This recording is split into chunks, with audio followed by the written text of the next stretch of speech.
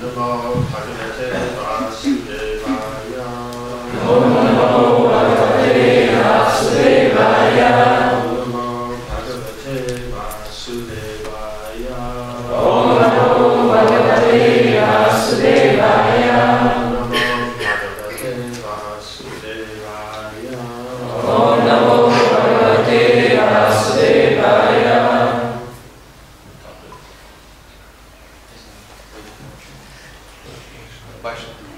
Okay, it works. Okay, sorry. Okay, so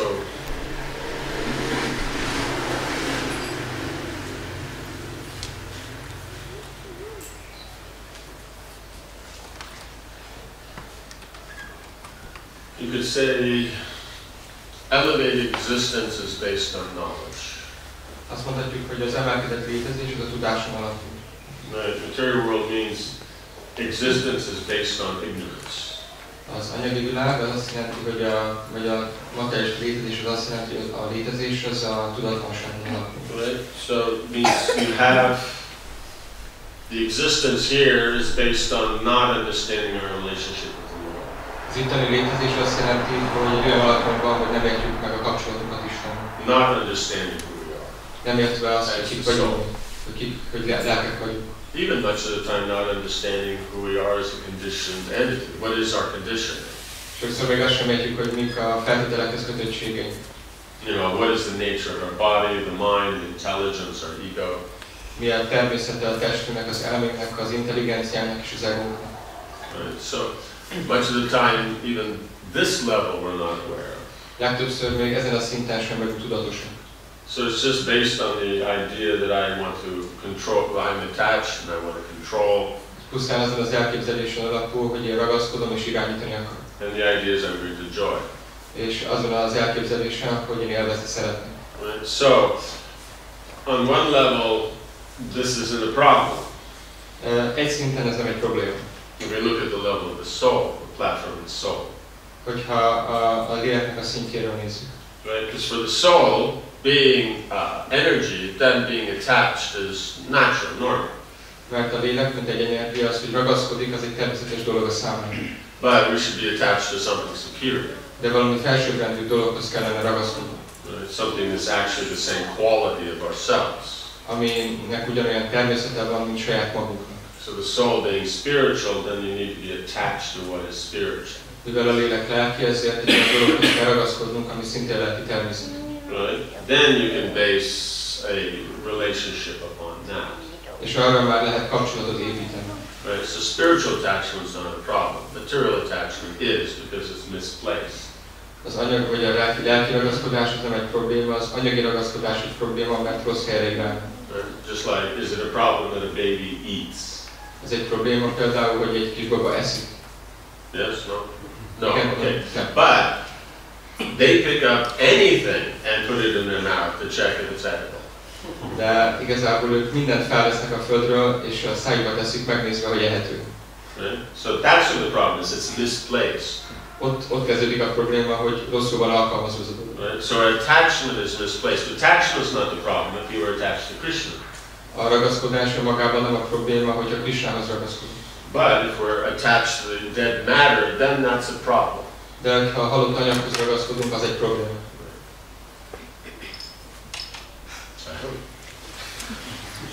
Excuse me for being late.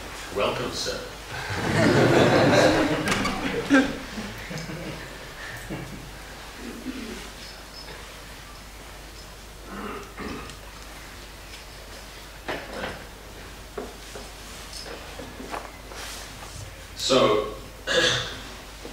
So then, okay, does that make sense? Ennek így van értelme? So in other words, what the living entities do in the material world is based on their actual need as a living entity, as the soul. Más szavakkal attól függően, hogy mire van szüksége az élőlénynek lélekként az anyagi világban, akkor azt csinálja. But it's misplaced.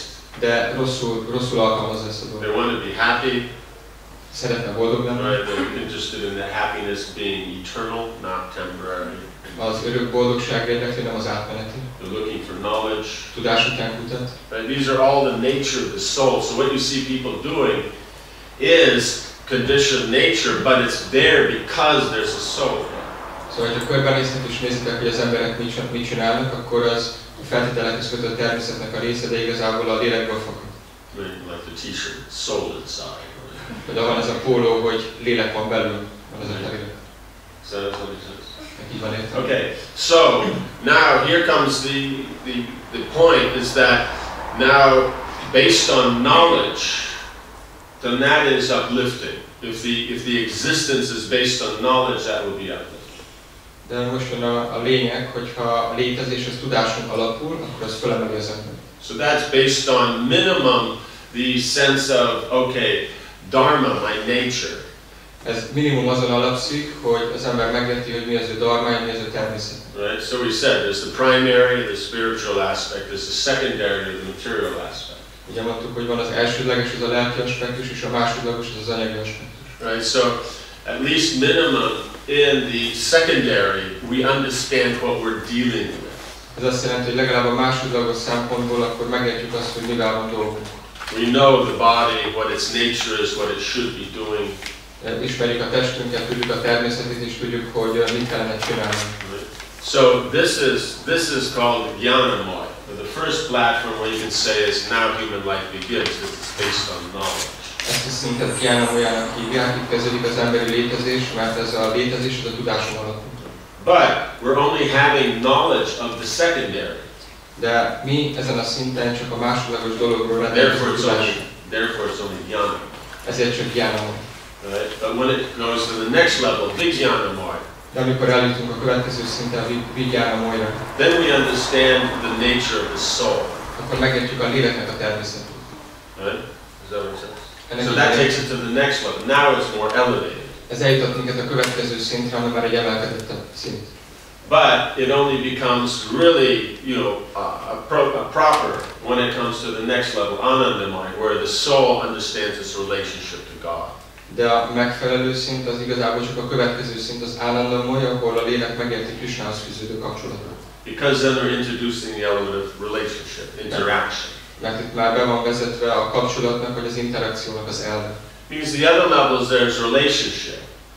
Más szavakkal a más szinteken is van valamilyen kapcsolat. But now we're dealing with the transcendental. De itt most már a transzcendenssel van dolgunk. So now, with these levels of realization, or with these levels of knowledge, Szóval a tudásnak ezen szintjeivel, then will come naturally a culture. Akkor jön természetes módon egy kultúra. Right? Because I have a level of consciousness or knowledge, but that needs to be expressed. Mert hogy van egyfajta tudásszint, és ezt valamilyen módon ki kell fejezni. Right?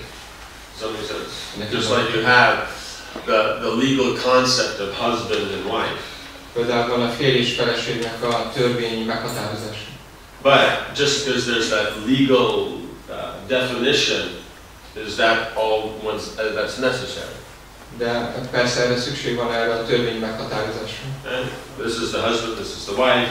They never need to interact because they're husband and wife. Szóval akkor itt van a férj és itt van a feleség, de sosem kell kapcsolatban lenniük, mert itt a férj és a feleség. Or is it expected there'll be an interaction? Vagy inkább elvárjuk azt, hogy akkor lesz közöttük kapcsolat, interakció. Does that make sense? So, you have the knowledge of what is there, but then to interact in that, that's the culture. Szóval ott van a tudás magáról a dolgokról, a létező dolgokról, de a kultúra az, amikor már ezek között van interakció, van kapcsolat. So, here we have what is, what we generally define as tattva, or sambandha jnana. Szóval itt beszélünk arról, amit általánosan úgy fogalmazom, mint tattva, vagy sambandha jnana. It's the knowledge of the relationship. Ez a kapcsolatról szóló tudás. Right? But then you have to apply the relationship. Aztán pedig alkalmazni kell ezt a kapcsolatot. Right? That's rasa. Ez a rasa. Right? So now, since one is the application of the other, and one is the explanation of the other, mivel az egyik a másiknak az alkalmazás, és az egyik a másiknak az értelmezése, they must match. Ezeknek párosítani, tehát tudunk kell őket párosítani, vagy össze kell, hogy ilyenek. Therefore, if you're functioning on the spiritual platform of relationship, then the relationships themselves should match that. Ezért, hogyha egy lelki szinten van kapcsolatunk, akkor ennek a kapcsolatnak ehhez illenie kell. Right? Therefore, the importance of vaisnava culture. Ezért van fontossága a vaisnava kultúrának. Right? Means the culture is important because that is the lifestyle of someone who understands the Vaishnava philosophy. Azért fontos a vaisnava kultúra, mert ez egy olyan életmódot mutat be, ami tükrözi azt, hogy valaki érti a vaisnava filozófiát. Ennek így van értelme. So you can't separate them. Ezeket nem lehet elválasztani. If we separate them, that's where the problem comes out. Amikor elválasztjuk, akkor ott kezdődnek a problémák. We have knowledge, but we can't apply it, that's going to be a problem. Hogyha rendelkezünk tudással, de nem tudjuk a gyakorlatba ültetni, akkor ez egy probléma lesz. Because how do you know they have knowledge? Mert honnan tudjuk, hogy valakinek van tudása. Just like in the Gita, I think it's was the 13th chapter. There's the 20 symptoms of knowledge. Azt hiszem a 13. fejezetben van a tudásnak a 20 szimptomája, felsorolva a Bhagavad Gitában. So of these 20 symptoms, the first one is humility. A 20 szimptoma, vagy tulajdonság közül az első az a láthatóság. The Prabhupada mentioned someone has knowledge, then you can tell this because they're humble.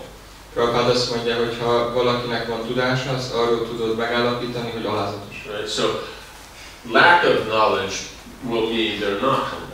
Az alázatosságnak a hiánya az azt jelenti, hogy vagy a tudásnak a hiánya az azt jelenti, hogy nem alázatos. Right? Does that make sense? So when knowledge is applied, you see humility. Amikor a tudás alkalmazva van, akkor látod az alázatosságot. Someone's memorized many facts and figures, they're proud. Valaki nagyon sok dolgot memorizált, akkor büszkévé vált. Someone can actually apply that, that's when you'll see humility. Amikor valaki ezt képes a gyakorlatba ültetni, akkor látod az alázatosságot. Does that make sense? Ennek így van értelme. Right. Or you have the person that's just about the culture. Vagy látod a személyt, aki gyakorolja ezt a kultúrát. Then, very nice, all the cultural things go, but there's too much sentiment. De akkor látod, hogy nagyon szépen, akkor a kulturális aspektusokat gyakorolja, de ez túl sok a szentimentalizmus. It'll lack knowledge. Mert abból hiányzik a tudás. So, Vaishnavism means the actual perfect balance. A vaisnavizmus az a tökéletes egyensúlyt jelenti. There is no other perfect balance. Nincs más tökéletes egyensúly ezen kívül. Right? Because one side you have the impersonalism, the other side you have the sentimentalism. Mert az egyik oldalon ott van az impersonalizmus, a másikon pedig a sentimentalizmus. Right? If I have the knowledge rather than the culture, it becomes impersonal. I have the culture rather than the knowledge, it becomes sentimental. Hogyha ott van a kultúra, tudás nélkül, akkor az a sentimentalizmus, hogyha fordítva, akkor pedig impersonalizmus. Does that make sense? Ennek így van értelme? Another term for impersonal here in practical application would be speculative. Az impersonalizmus egy másik kifejezés a jelen helyzetben, ez a spekuláció, spekulatív. You don't know the culture, you start to speculate. Hogyha nem ismered a kultúrát, akkor elkezdesz spekulálni. You don't know the philosophy, then you become sentimental. Hogyha nem ismered a filozófiát, akkor szentimentalistává válsz. Right? So Vaishnavism means the perfect balance. A vaisnavizmus a tökéletes egyensúlyt jelenti. It is the middle path. Ez az út. Right? So, Ez az aranyközi út. the middle path is the term used in many circles to mean their particular path that is the perfect balance. Ez az aranyközépút, ez azt az utat jelenti, ahol létezik ez a tökéletes egyensúly. Like the Orientals, they use the term. Ezt a keletiek is használták ezt a kifejezést. So, now, when you... Okay, so now as we've shown, there's the primary and secondary aspect. Akkor most nézzük meg az elsőleges és másodlagos aspektusokat. But when you apply it properly, they're considered one thing. De amikor megfelelően alkalmazod, akkor a kettőt az egy dolognak tekintjük. You can still separate and say this is this, this is that. Amikor de mindig lehet azt mondani, hogy ez és az, hogy külön lehet őket választani. But the important element is that if they're working together, then it becomes one thing. But if it's not, they become separate. De a lényegi tényező az, hogy amikor együttműködnek, akkor egy dologról beszélünk, amikor nincs együttműködés, akkor nem. So the only way you can actually make them work together is if it's about Krishna. Az egyetlen módszer vagy lehetőség arra, hogy a kettő együtt tudjon működni, hogyha Krishnáról szól. Krishna is the cause, Krishna is the effect. Krishna, ő az ok, és Krishna ő a hatás. Right? So only Krishna, embodies both. Csak Krishna testesíti meg mind a kettőt. So unless you involve Krishna, it cannot be balanced. Ha csak nem vonod be Krishnát, vagy nem teszed Krishnát a részébe, akkor nem lesz egyensúlyban. So now, then comes down to how do you want to express sense gratification or express the broader kind of social, sophisticated environment. Aztán eljutunk oda, hogy akarod kifejezni az érzékelégítést, hogy akarod kifejezni ezt a kifinomult környezetet. Right? Or express the platform of this dharma or the soul. Hogy akarod kifejezni a dharmát vagy a lelket. Or express the platform of pure devotion. Hogy akarod kifejezni a tiszta odaadásnak a szintjét. So now the easiest point is you have pure devotion in the top, then it's going to be expressed according to what pleases Krishna. Ugye a legegyszerűbb dolog, hogy a tiszta odaadás van a legtetején, és akkor ez egy olyan módon kerül kifejeződésre, hogy mi az, ami elégedetté teszi Krishna. The other four will be expressed according to our own taste. A másik négy pedig olyan módon kerül kifejeződésre, ami a mi ízlésünknek megfelelő. On the material world, it's according to our taste. That's what conditioning means. Az anyagi világban ez a mi feltételekhez kötöttségnek a mi ízlésünknek a függvény, és ezt jelenti a feltételekhez kötöttség. So Krishna is left out of it. Szóval Krishna ki van belőle hagyva. But in the spiritual world, that expression of taste is about Krishna. De a lelki világban ennek az ízlésnek a kifejeződése az Krishnáról szól. Mother Yashoda, she takes on the particular form and activities, or in other words, the culture that she practices because of her particular love for Krishna. Yashoda anya fölveszi a kultúrának egy bizonyos aspektusait, ami neki a Krishna iránt érzett szeretetének a kifejeződése. Right? But in the material world, because of our particular material proclivity, we take on therefore that form and activity and situation. De az anyagi világban a különböző anyagi hajlamainknak megfelelően, akkor veszünk fel ezeket a különböző mintákat, viselkedéseket. So the difficulty comes is on the spiritual platform, it works. A nehézség az ott jön, hogy mindez működik a lelki szinten. Relationships work. A kapcsolatok azok működnek. You do an activity, it gets the result that is actually expected. Végzel egy tevékenységet, ami azt az eredményt fogja adni, amit konkrétan el is várt. And gets a satisfying experience. És egy elégedettséget adó élményt fog nyújtani. So there's no speculation. Ahol nincsen spekuláció. Right? It's a standard. It works. Ez így működik, az tökéletes. Right? If it works, you'll do it again. Hogyha működik, akkor meg fogod újra tenni. If it doesn't work, then you'll speculate trying to find what will work. Hogyha nem működik, akkor spekulálni fogsz és próbálod kitalálni, hogy mi az, ami működik. So the material world needs its speculation. Szóval az anyagi világ a spekulációt jelent. Because whatever you do, it never quite works the way you expected it to. Mert bármi, amit csinálsz, az nem pontosan működik soha úgy, ahogy elvártad. Right? So you'll speculate and therefore try to come up with a new way of doing it that this will give me the result I want. Az ember csak spekulál és próbál egy új módszert kitalálni, hogy megadja pontosan azt az eredményt, amit ő szeretne. Right? When you run out of options, then you'll think, well, it's because of the field I'm trying to be happy, and if I try it in a different field, then that will be good. Amikor kifogyunk az opciókból, akkor azt gondoljuk, hogy a mező az, ami rossz, és akkor kipróbálunk egy másik mezőt, vagy másik környezetet, ahol szintén próbáljuk ugyanazt elérni. But I'm jumping off a bridge there with the bungee cord, but it gets old after a while, but because it's not enough space. So if I jump out of an airplane, now that'll be good. Szóval akkor bungee jumpingozok egy hídról, de akkor egy idő után azt megunom, mert ott igazából nincs elég tér, és akkor, hogyha meg kiugrok egy repülőből, akkor jól fogom érezni. You just go on and on and on. Then we get tired of that. Then, well, maybe because it's too much, jumping, we're up in the air. Let's do something on the ground. Akkor ez így folytatódik tovább és tovább és tovább, és így ponton az ember megunja ezt az ugrálás, és akkor a földön fog akarni csinálni valamit. You understand? So that's what's going to happen. Ez fog történni. And that's what does happen in the material world. És az anyagi világban pontosan ez történik. That's what Prabhupada says, chewing the chew. Ezért mondja Prabhupada, hogy rágjuk a megrágott. You've chewed it, spit it out because it didn't work, and then you take out something that someone else just spit out, and then you think, ooh, new, fresh. Megrágsz valamit és kiköpöd, mert már eleged van belőle, de akkor fölveszel valamit, amit már valaki más megrágott, és akkor azt gondolod, hogy valami friss dolog. Okay. So, now, then it comes down to, therefore, what system do you want to follow as far as culture goes? Aztán eljutunk odáig, hogy az ember eldönti, hogy milyen rendszert akar követni a kultúra szempontjából. Because we see, if you follow someone else you get results much quicker than if you try to work out everything yourself. Mert ugye, hogyha valaki más követsz, akkor sokkal hamarabb eléred az eredményeket, mint hogyha saját magad próbálnál kitalálni mindent. So now it's just a matter of, so therefore the principle of following authority then always works well. Ezért az autoritás követésének az elve, az mindig megfelelően működik. So now it's just a matter of what authority you want to follow. Itt már csak az a kérdés, hogy milyen fajta autoritást akar követni az ember. Right? So in the spiritual world we have great authorities. A lelki világban csodálatos autoritásaink. The actual devotees of the Lord. Az Úrnak a baktái. Right? So what they do to serve Krishna, if we follow that, then that culture becomes perfect. Hogyha azt csináljuk, amit ők csinálnak Krishna szolgálata közben, akkor hogyha azt követjük, akkor ez tökéletes.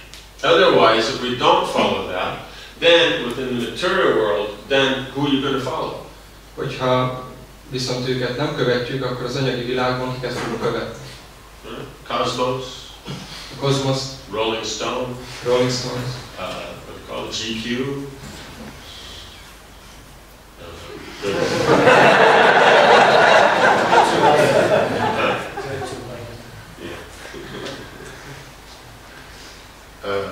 Does that make sense? So, who are you going to follow? So kit fogsz követni? So, the idea is that we have a combination.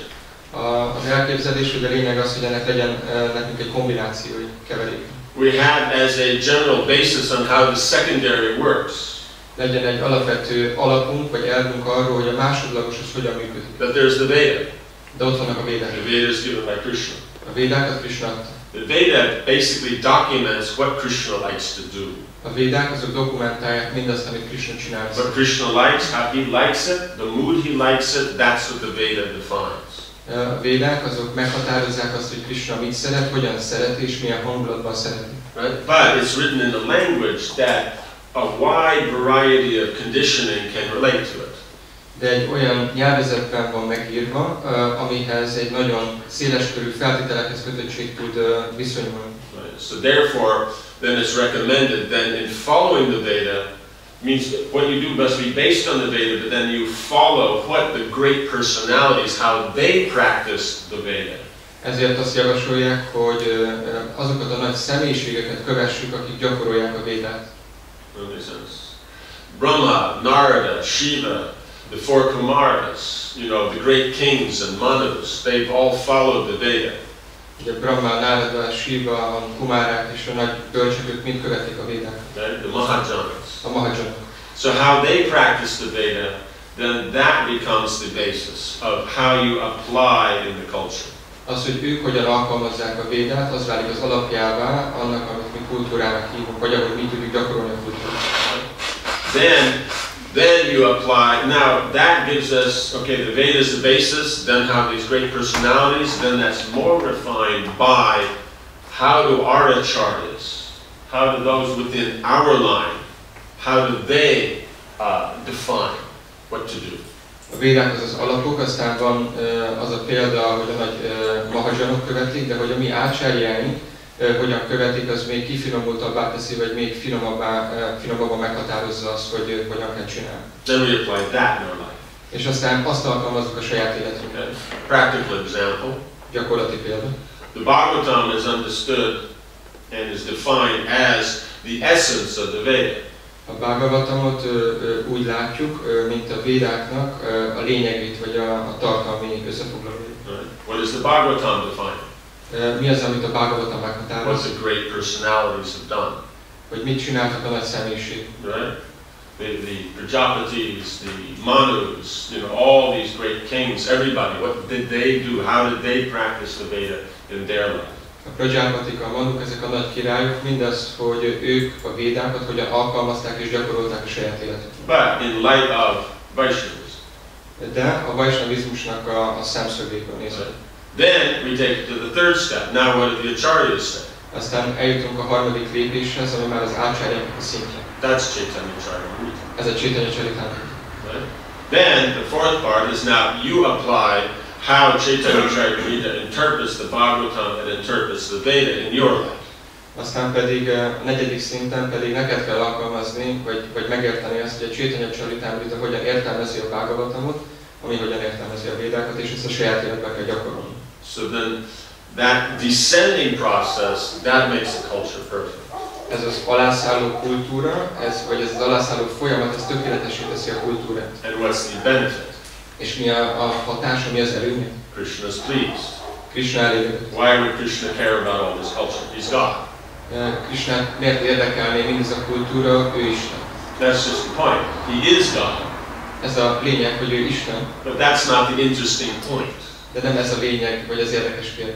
The God being God isn't the interesting element. Hogy Isten, ő Isten, ez nem az érdekes pont, vagy az You sit érdekes around thinking tényező. how great it is. I'm a human being. És akkor az ember csak picsörög és gondolkozik azon, hogy mennyire nagyszerű, hogy én egy emberi lény vagyok. Isn't it great? I'm a human being. I woke up this morning, I was human. I went to bed at night, I was human. Akkor igen, akkor én egy emberi lény vagyok, akkor úgy keltem föl, úgy feküdtem le, hogy én egy emberi lény vagyok. Right? Isn't that what you think every day? Nem így gondolkoztak minden nap? No, why not? Because that's just a fact. Mert ez csak egy tény. So what's interesting? Szóval mi az, ami érdekes, izgalmas? What you do with people. Hogy mit kezdesz az emberekkel? Relationships, interactions. A kapcsolatokban és az interakciók során. So, therefore with Krishna, he is God. Ugye Isten, akkor vagy Krishna, ő Isten. But it's not something he wakes up every morning and goes, yes, I'm God. And I'm still God. Fölébred minden reggel, és akkor mondja, hogy Isten vagyok, hú, még mindig Isten vagyok. And just as he's thinking this, then his mother comes up and says, no, your brother's God. Jön az anyukája, és akkor mondja neki, nem, a te testvéred, ő Isten. It did happen in the 70s, right? Maharaja cheated. 70-es években megtörtént Maharajival. There were some kids. Voltak ilyen kisgyerekek. And the guy's mother said he's God, and then somehow to start this whole cult. And then he wasn't behaving nicely towards his mom, so she decided he's not God anymore, his brother is. Az anyuka kitalálta a gyerekről, hogy a gyerek Isten, és akkor a gyerek rosszul viselkedett, és akkor az anyukájával, és akkor mondta az anyuka, hogy mégsem ő Isten, hanem a testvére. So don't upset your mom. Ne dühítsd fel az anyukádat, mert elveszed az isteni mi voltodat. So, the point is for him, it's the relationship with the devotees, the interaction with the devotees. That's what's important. That's what's impressive. Szóval lényeg az, hogy Krishna számára a baktákkal való kapcsolat, az interakció az, ami számít, az, ami fontos.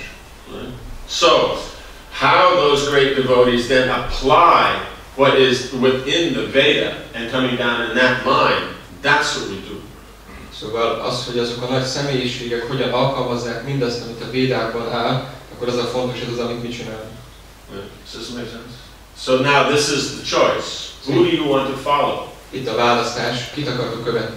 Do you want to follow these great personalities? Akarjátok követni ezeket a nagy személyiségeket? Right? You know, Radharani and the Astastaki, Rupa and Rati, all these great personalities. Radharani és az Astastaki, Rupa és Rati, mindezek a nagy személyiségek. Right? And then within this world, the Mahajanas. Aztán pedig ezen a világon belül ott vannak a Mahajanas. Or do we want to follow some other speculative concepts? Vagy pedig másfajta spekulatív elképzelést akarunk követni. Does that make sense? So that's the whole point, is that the culture is the application of the truth to please Krishna. Szóval ez a lényeg, hogy a kultúra az igazság, az alkalmazása arra, hogy Krisnát elégedetté tegyük. Does that make sense? Because we know Krishna's God, I'm a servant. So the culture is how you apply that. Mert tudjuk, hogy Krishna, hogy Isten, mi pedig lelkek vagyunk, és a kultúra pedig az, hogy ezt hogyan ültetjük a gyakorlatba. Does that make sense?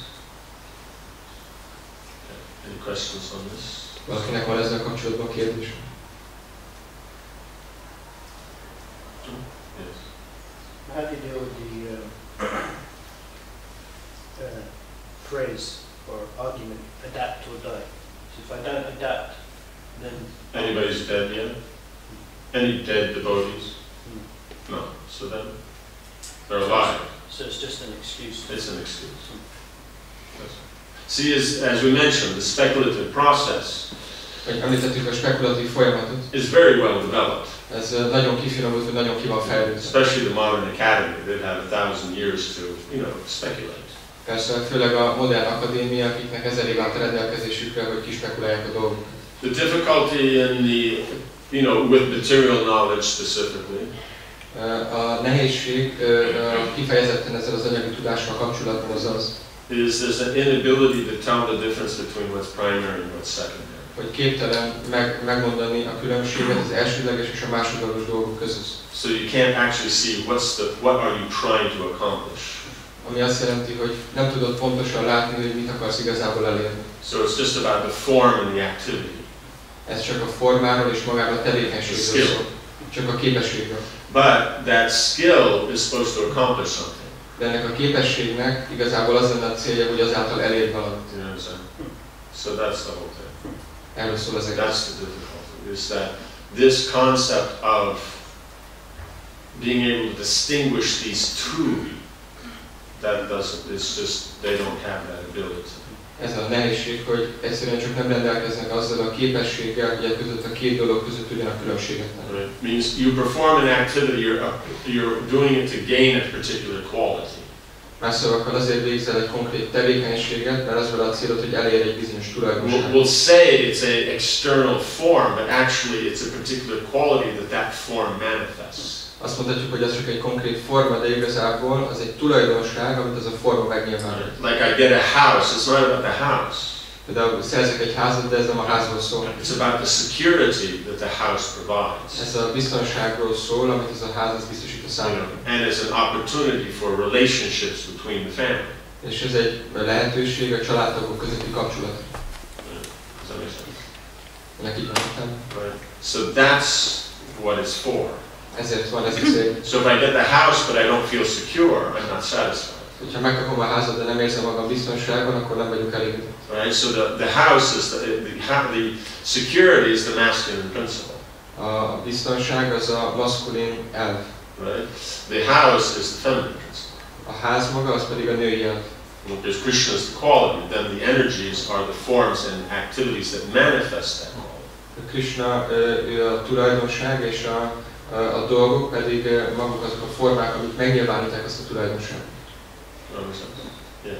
So then what happens is we miss that. Ami történik pedig az az, hogy mi ennek a hiány vagyunk. So you say adapt or die, or what are you adapting? External. Adapt or die. Hogy vagy fogadd el, vagy hajj meg, akkor ez az elv nem működik. But what are you adapting? Hogy akkor mit What are fogadsz you el? adapting to? Just the external.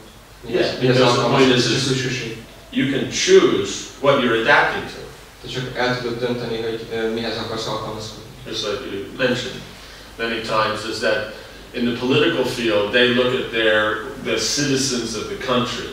Például a politikai szférában akkor az országnak az állampolgárait nézik. And the idea is you want to get the maximum amount of their votes to be in power. És az elképzelés az az, hogy a szavazóknak a maximum szavazatát meg akarod szerezni azért, hogy hatalomra juss. So they have to know who they're dealing with. Szóval nekik szükségük van tudni azt, hogy kikkel állnak szembe, vagy kikkel. So they'll break it up into the different kinds of mentalities and lifestyles and values of people. Szóval akkor így az egész csoportot felosztják különböző életstílusok, vagy társadalmi rétegek szerint, így osztályozni. So you get like 7 to 9 different kinds of demographics of people that are completely different from each other, and much of them have no interest in the other party. Szóval akkor kapsz 7-9 teljesen különböző társadalmi csoportot, akik demográfiai szempontból eltérnek egymástól, és teljesen más az, ami érdekli őket. Right? So therefore, how do you decide which of those demographics is the one you're going to adapt to so that you don't perish? Szóval akkor hogyan döntöd el, hogy a különböző demográfiai csoportok közül kihez fogsz igazodni, mindaközben, hogy akkor nem akarsz elveszni. Right? The fun part, we're sitting right here, wearing our bed sheets, and we're still alive. We're not dead. A vicces dolog az az, hogy mi itt ülünk, akkor viseljük ezeket a lepedőinket, és még mindig nem vagyunk halottak, hanem élők vagyunk. That's the whole element, is that there's this concept that I have to adjust to the material, but the material works according to God's laws, so actually we have to adjust to God's laws. Szóval van ez az elképzelés, hogy akkor nekem igazodni kell az anyagi dolgokhoz, vagy az anyagihoz, de az anyagi igazából Istennek a törvényei szerint működik, szóval nekem igazából Istenhez kell alkalmazkodni. And I have 5 options of adjusting to the laws. És 5 lehetőségem, vagy 5 opcióm van arra, hogy alkalmazkodjak ezekhez a törvényekhez. On the platform of the senses, az érzékeknek a szintjén. You know, like the animals or the aboriginals or the scientists. Például az állatok, a benszülöttek, vagy a tudósok. Hard to say they're all in one level of consciousness. Azt mondhatjuk, hogy mindannyian egy tudatszinten van. Everything is by the senses. They can't see with their senses, it doesn't exist. Mert mindent az érzékeiken keresztül fognak föl, szóval bármit nem tudnak az érzékeiken keresztül látni, akkor az nem létezik a számuk. Unfortunately, of the 3, probably the aboriginals most developed in consciousness.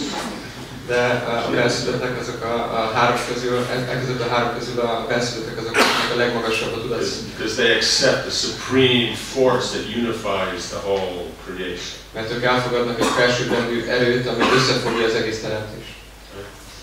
Then you have the next level up as the more sophisticated person. Aztán pedig van a következő szint fölfelé, ez pedig már a kifinomultabb személynek a szint. They add science, they add culture, they cooperate together. Akkor neki van bizonyos tudása, vagy tudományban benne van, rendelkezik kultúrával, együttműködik másokkal. But their only purpose of cooperating is to get more sense gratification. De az együttműködésének a kizárólagos célja az az, hogy több elégítésre tehessen. So they're just fancier animals. Szóval ők csak kifinomultabb, vagy ilyen divatosabb állatok. You know, like more cute furry ones. Akkor ilyen sokkal cukibb szőrmókok. Then you can bring it to the next level where you can add in the theistic element, that there is a supreme, and you have to act according to the laws given by the supreme. Aztán pedig eljutunk a harmadik szintre fölfelé haladva, ahol már egy teisztikus Isten tudatos elem is bekerül, ami azt jelenti, hogy tudatos arról, hogy Isten létezik és vannak törvények. So that can either be unscientific or scientific. Ez akár lehet tudományos vagy tudománytalan. Unscientific will be speculative. A tudománytalan azt spekulatívnak nevezik. Scientific means varnash. A tudományos az pedig nem más, mint a varnas. Because if you're theistic, then you understand it's God's laws. God defines how the nature of everything works. Mert hogyha Isten tudatos vagy, akkor tudod azt, hogy Isten létezik, és ő határozza meg azt, hogy minden hogyan működik. So that means He defines what is society, what is culture, what's leadership, what's economics, what's clothes, what's food, what's interaction. Akkor megérted azt, hogy ő határozza meg, hogy mit jelent a társadalom, mit jelent a vezetés, mit jelent a ruházkodás, az evés, mindezek a dolgok kulturális szempontból. The acharyas begin from there. Az ácsáryák ők ebből indulnak. Because we're dealing with jnana. Jnana more. It's the first level where now we're talking human life, we're talking knowledge, we're talking actual beginning to understand the reality of how things work. Ez a gyána olyan szintje, ahol már el tudunk kezdeni beszélni arról, hogy tudással van dolgunk, hogy valódi kultúrával van dolgunk, és akkor innen lehet haladni felfelé. So then you follow authority. Ez az emberi szint, szóval akkor valaki követi az autoritást. And the one below that is just whoever talks the loudest, whatever people do, whatever's vox populi, that's the truth. Ezen a szint alatt, minden más szinten pedig csak arról van szó, hogy az dönt, hogy ki az, aki hangosabban beszél, ki az, aki népszerű. Right? Very unscientific, very unstable. Ami nagyon instabil és nagyon tudománytalan. You know what I'm saying? Yeah, like that. So, just because someone's intelligent, you know, on the material platform, or recognizes intelligent, but if their consciousness is still on this second level of prana-moy, it still doesn't make it any better. If you understand, if I'm smart or not smart on prana-moy, I'm still in prana-moy. Szóval, ha valaki nagyon okos vagy intelligens, de a prana-moy szinten van, ezen a második szinten, akkor ez igazából nem tesz különbséget. Szóval lehet, hogy valaki okos vagy nagyon intelligens, de ez nem csinál különbséget. Who controls the universe? Ki irányít az univerzum? God or the mass of people? Isten vagy az emberek tömege? Right? So God starts, that understanding of God starts with dharma. Az Istennek ez a megértés, az a dharmának a szintjén kezdődik. So if I really want to adapt, then I adapt to God's laws. Hogyha igazából akarok hasonlulni vagy alkalmazkodni, akkor nekem Istennek a törvényeihez kell alkalmazkodni. And that's called piety. És ezt hívják jámborság. Well, the other kind of adapting is impious. miközben mindenfajta másféle jámborság, vagy mindenfajta más alkalmazkodás, az jámbortalanság. Then it just keeps going up until we get to what the great, the great realized personalities are on the next level of consciousness, where they see how the Lord pervades everything, controls everything. És hogyha még föntebb megyünk, akkor ott vannak azok az önmegvalósított nagy személyiségek, akik látják azt, hogy Isten mindenben jelen van és mindent áthat. But the next level is God is a person.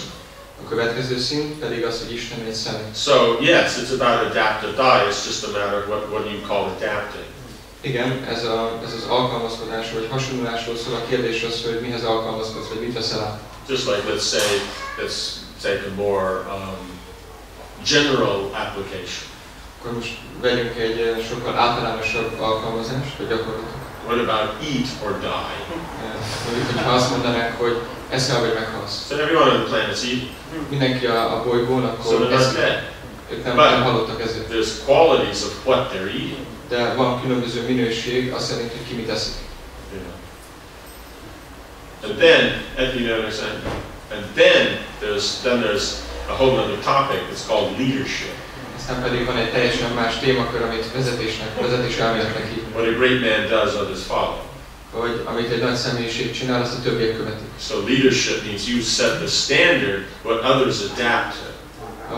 A vezetés az azt jelenti, hogy te megalapozod, vagy meghatározod a standardet, amit mások tudnak követni. But to be a leader, you have to follow leaders. De ahhoz, hogy te vezető lehess, ahhoz neked vezetőket kell követni. And leadership is based on higher qualities. És a vezetés az magasabb rendű elveken nyugszik. So if we're just worried about what the local fashion is, that's not leadership. Hogyha csak amiatt aggódunk, hogy milyen helyi divat, akkor ezt nem nevezhetjük vezetésnek.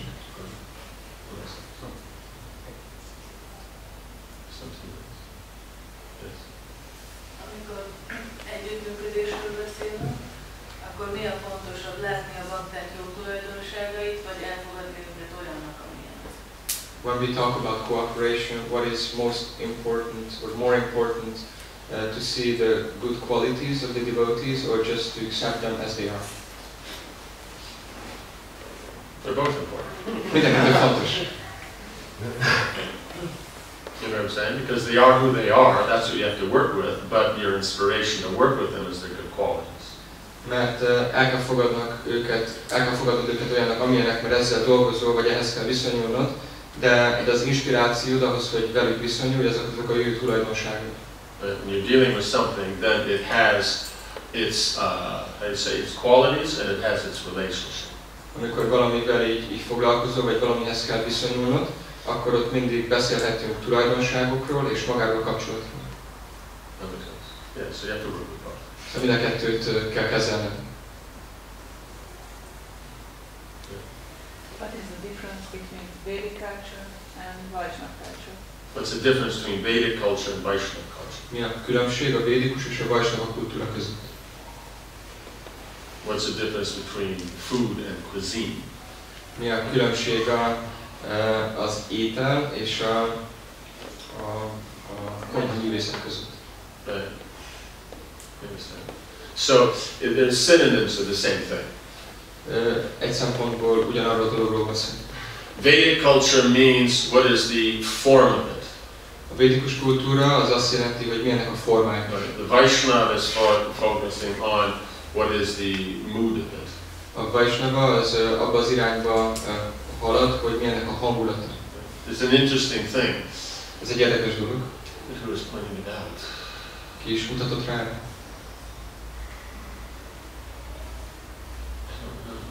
If it's Rupa Goswami or Bhaktividya Purna. Azt hiszem, hogy Rupa Goswami vagy Bhaktividya Purna. See, Krishna in his pastimes, he always functions in the mood as you would in the Gokul pastimes. Krishna a kapcsolataiban mindig egy olyan módon viszonyulsz, mint a Gokul kefteléseiben lévő hangulat szerint. That makes sense? I mean, it's just like in Gokul, then the gopis have husbands. Gokulában a gopiknak vannak férjek. Right? In Goloka, then there's the sense that they have husbands, though they're not there. Golokában ott van ez az érzés, hogy ott vannak a férjeik, de igazából nincsenek ott. Understand? That makes sense or not? Neki van értelme, vagy nincs? In other words, the mood of how Krishna performs his pastimes Más szavakkal, az a hangulat, amelyben Krisna ketteléseit végzi, is as if he's in Gokul. az olyan, mint hogy ő Gokulában lenne. So all the Vedic rules and laws and everything are there. Minden védikus szabály és rendszer ott jelen van. Right? Because what's the point of why is the Vedic rules there? Mert miért is vannak ott ezek a védikus szabályok? That's how Krishna likes it. Mert Krisna így szereti. You understand? So it's just like, if, like let's say you have kids, they're playing a game. Például azt mondjuk, hogy akkor vannak gyerekeid, akik éppen játszanak egy And játékot. they make up their own game. És akkor kitalálják a saját játékukat. So in that game, they make up rules. És abban a játékban ők létrehoznak szabályokat. And then they follow them. És akkor követik őket. But they're independent. They don't have to follow them. De ők igazából függetlenek, nem kell követniük azokat a szabályokat. But they do because it's fun. De azért csinálják, mert ez boldogságot. So kids aren't perfect. A gyerekek nem tökéletesek. Don't want to copy it, probably. You know what I'm saying? Krishna is. De Krisna tökéletes. Therefore the rules he sets up are perfect. Ezért azok a szabályok, amelyeket Krisna hoz létre, azok tökéletesek. So therefore the rules within the material world are the rules he wants to follow. Ezért azok a törvények az anyagi világban, amik vannak, akkor ezeket akarja követni. Ő hozta létre. Because then you have reason for tasting all the variety of rasa. Mert akkor van oka annak, vagy van egy okozata annak, hogy valaki meg tudja ízlelni a különböző rasszákból származó boldogságot. Right? Just like, let's say, for example, in the modern materialistic society, let's say the person's 20 years old, 30 years old, 50 years old, or 70 years old, they just consider themselves grihastas. Mondjuk egy példát, hogy a modern társadalomban, attól függetlenül, hogy valaki 20 éves, 30 éves, 50 éves vagy 70 éves, akkor grihasztán családosnak tartja magát. Right? So they're trying to taste one thing. Egy dolgot próbálnak ízlelni. When they're younger, it works a little better. When they're older, it doesn't work so good. Amikor valaki fiatalabb, akkor ez kicsit jobban működik, amikor idősebbé válik, akkor már nem annyira. So there's not going to be satisfaction. Szóval nem lesz ott az elégedettség. But in the Vedic system, then there's two situations, there's grihasta and vanaprastha. De a védikus rendszerben akkor több ilyen lehetőség van, van a grihasta és a vanaprastha. So there are two different tastes. Szóval van két különböző ízlelés, vagy két különböző íz. So up to 50, then you are endeavoring within grihasta ashram, and after 50, then you're endeavoring for vanaprastha. 50-es év életkorig, vagy 50 éves korig, akkor a grihasta ashramnak törekszik az ember, 50 éves kor után pedig a vanaprastha ashram. Right? So an older couple can be satisfied that they're following the rules of vanaprastha nicely, and therefore they have that satisfaction. Egy idősebb pár akkor elégedetté tud válni azáltal, hogy követik a vanaprastha ashramnak a szabályait, és akkor tényleg tudnak boldogok lenni. So therefore, much more scientific. Ezért ez sokkal tudományos. It's designed for rasa. Ez a rasszákra van létrehozva. Right? Rules create taste. A szabályok azok létrehozzák az ízt. You know what I'm saying? If you understand what they're for. Hogyha megérted, hogy mire vannak. So that's the whole point. The Vedic culture is designed so the living entity gets the maximum experience out of what they do. A védikus kultúra egy olyan módon van létrehozva, hogy az élőlény a maximum tapasztalatot kapja mindabból, amit csinál. Right? But an animal thinks if I'm restricted, I enjoy less. De I'm sorry. An animal thinks if I'm restricted, I enjoy less. De egy állat azt gondolja, hogy ha én korlátok közé vagyok szorítva, akkor kevesebb élvezetben lehet majd részt venni. Does that make sense? Yeah. So, but human being understands that by restriction you raise the quality of what you're dealing with. De az emberi létezés az azt jelenti, hogy növeled annak a minőségét, amivel viszonyulsz. That's the difference. Ez a különbség. So that's the mode of ignorance. We think, oh, I'm so restricted, this Vedic culture is so restricted, why can't I just be free? But what I'm saying is, I don't really want to enjoy myself, I want to just go on blasé like everybody else is. Szóval a tudatlanság az azt jelenti, hogy itt van ez a védikus kultúra, annyi szabálya van, de miért kell ezt nekem követni, miért nem lehetek inkább csak szabad, és az egész mögött pedig azt húzódik, hogy csak akarom csinálni ezt az ostobaságot, amit eddig tettem. So it's due to ignorance, I think I'm going to get one result, but we get the opposite. A tudatlanság miatt van, hogy azt gondoljuk, hogy elérünk majd egy eredményt, de igazából csak pont az ellenkezőjét kapjuk. Right? So dharma means, mode of ignorance means you think dharma is irreligion, and you think irreligion is dharma. A tudatlanság az azt jelenti, hogy a dharmáról azt gondolod, hogy vallástalanság, és a vallástalanságról pedig gondolod azt, hogy dharma. Therefore, always the constant attack on the Vedic culture, because it's dharma. Ezért éri folyamatos támadást a védikus kultúrát, mert az dharma. Why don't they go out and march on the government, or do something like that? Complain about how you say the oil slick in northern ocean and all the birds that are upset. Like that. Why don't they go out and do that? Why do they complain about the Vedic culture? Szóval miért a védikus kultúra miatt panaszkodnak? Inkább csinálnak valami hasznos dolgot, akkor menjenek el az északi tengerre, és akkor ott az olajfoltok miatt, amit a madarakat földüvíti, akkor inkább amiatt panaszkodjanak. Means if you're going to preach sub-religion, why not a good quality of it? But we're preaching sub-religion and not even a good quality of it.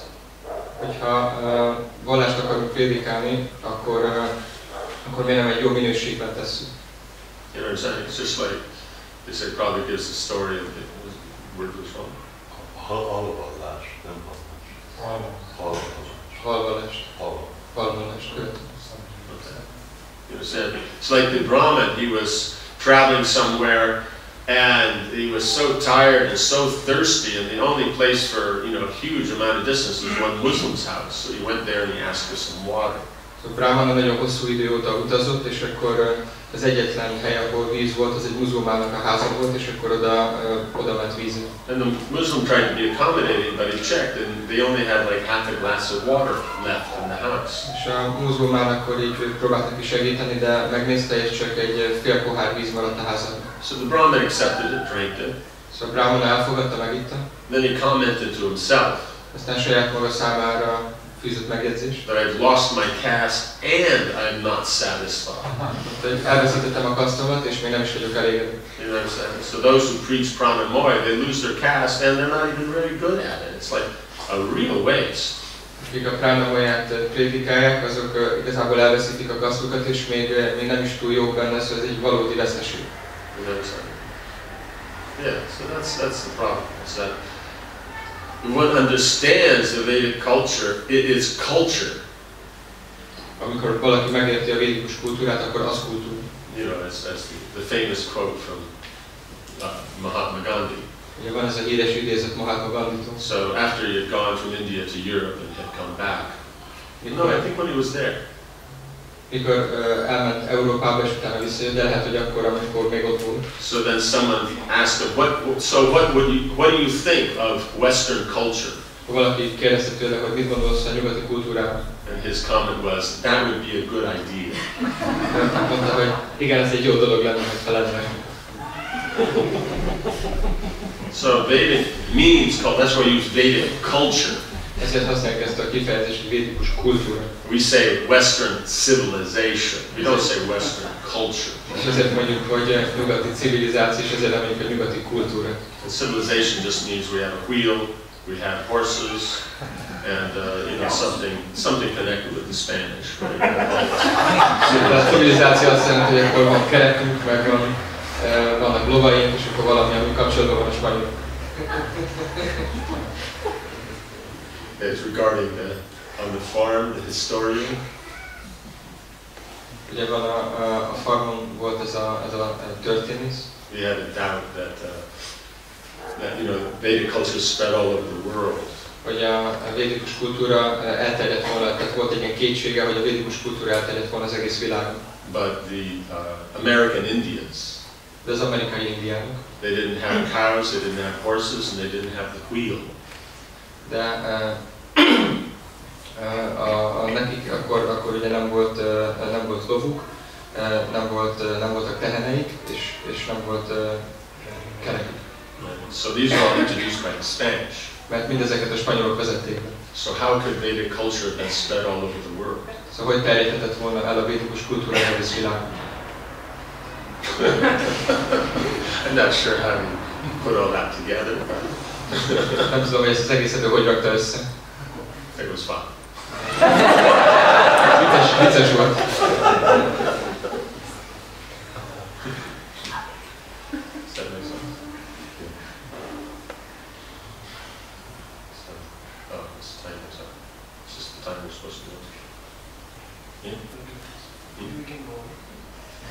There's more questions, about a few more minutes. Ha van még kérdés, akkor néhány percig folytatjuk. Hogyan tanítható, ha egyáltalán tanítható a védikus kultúra, ha Istenről nagyon keveset, vagy nem nagyon tud embereknek, akik azért annyira jámborak, hogy hajlandók meghallgatni valamilyen oktatást? How can we teach Vedic culture if it's at all possible to those who are to some degree pious people in the world, but not devotees? Why can't we? How can we?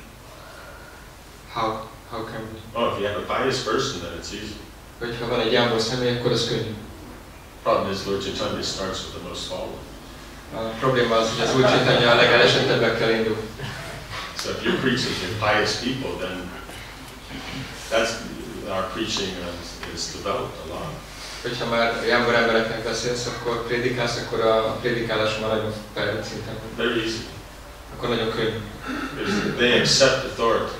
Mert ők elfogadják az autoritást. Someone who accepts the principle of authority and that there is specific action that should be performed and specific that shouldn't be performed.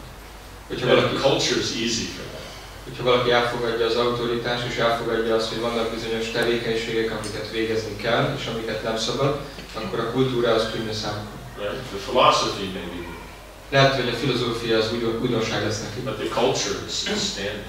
De a kultúra az nekik is standard. Culture is culture. Mármint a kultúra az kultúra. A cultured person, no matter what society they're from, they'll understand what we're talking about. Szóval, hogyha valaki kultúrát, akkor teljesen mindegy, hogy honnan jön, akkor fogja érteni, hogy miről beszélünk. So in other words, let's just take an example, just stay close. Vegyünk egy közeli példát. So the cultured person dresses like a gentleman. Egy kultúrált ember úgy öltözkedik, mint egy úriember. Right, according to their means. A lehetőségeihez mérten. So even if he's a simple person, he will dress like a gentleman. Még akkor is, hogy egy egyszerű személy, akkor is úriemberként fog öltözni. Clothes may be a little bit old or a little bit out of fashion. Lehet, hogy a ruhája egy kicsit divat múlt, vagy túl egyszerű. But you can identify him as a gentleman. De be tudod azonosítani őt, mint egy úriember. That makes sense. Right. So the point is to attain the quality of gentlemanness. A lényeg az, hogy ezt a tulajdonságot, hogy úriemberség, ezt valaki el tudja érni. Right. So the Vedic culture is the same. You should dress like a gentleman. A védikus kultúrában ugyanez van, hogy az embernek úriembernek kell öltözni. And then according to your means, you dress. És a lehetőségeihez mérten az embernek öltözni. Akkor a lehetőségeihez mérten akkor öltözni. Someone's in a cotton dhoti, someone's in a silk dhoti. Valaki egy pamudótit visel, valaki egy sárga. Someone's got nice borders, someone doesn't. Border, that blue thing there. Valakinek nagyon szép kék csíkja van, vagy csíkja van a dhótián, valakinek nincs. You understand? You know, ornaments are more or less, or you know, these kind of things. Hogy valakin több a díszítő elem, vagy kevesebb, ezek a dolgok. Right? So the principle is the same. Az elv az ugyanaz. That's why they can relate. Ezért tudnak viszonyulni. All it is that that's what's going on in the contemporary Western model is what is called a gentleman. Szóval mindez akkor megy ebbe a napjaink beli kultúrában, amit mondjuk úriembernek hívunk. And we're going from the eternal platform of what they wear in the spiritual world and what the great personalities here, following that culture more. Mi pedig akkor onnan jutunk, hogy a nagy személyiségek, mondjuk a védikus kultúrában, a lelki világban, akkor mit viselnek, és akkor igazából ez az elv az ugyanaz. And any gentleman in the world has no problem that people who are, you know, religious practitioners wear bed shoes. Bármelyik úriembernek a világban semmi problémája azzal, hogyha vannak valláskövető személyek, akkor ők lepedőbe járnak. Abraham wore bed shoes. Ábrahám is ilyen lepedőt visel. Isaac wore bed shoes. Izsák is lepedőt visel. Moses wore bed shoes. Mózes is lepedőt visel. Jesus wore bed shoes. Jézus is lepedőzésre. Muhammad wore bed sheets. Mohamed is lepedőzésre. The Buddha wore bed sheets. Buddha és lepedőben járt. Did any world religion left out? Bármilyen világvallási meg. And you look today, the practitioners who are priests, monks, or serious in the fact, they also wear bed sheets. Ha megnézed napjainkat, akkor minden vallási gyakorló, akkor szintén lepedőben jár. Understand? So any cultured, educated gentleman understands this and has no problem with it. Minden kultúrát, oktatásban részesült úriember ezt megérti, és semmi problémája mindezzel. It's a so-called intellectual liberal, who has a problem, because it's the atheistic culture. Egy úgynevezett liberális, intellektuálisnak van ezzel problémája, mert ez egy ateista kultúrában. They don't accept authority. Ők nem fogadják el az autoritást. Their own mind is the authority. A saját elméjük az az autoritás. Gentleman means someone else is the authority. Az úriember azt jelenti, hogy elfogad valaki mást autoritásként. So therefore, if you've come to the level of you're working in the realm of gentlemen, consider your preaching successful. You're doing good. Más szavakkal, hogyha ilyen úriember körökben prédikálsz, akkor sikeresnek tekinthető a prédikálásnak, a jól csinál. They're the easy ones. Ők a könnyűek. Because there is commonality, but you have to have culture to be able to appreciate. De ott kell lenni ennek a kultúrának, amit lehet értékelni. Szóval őket könnyű így elégedetté tenni.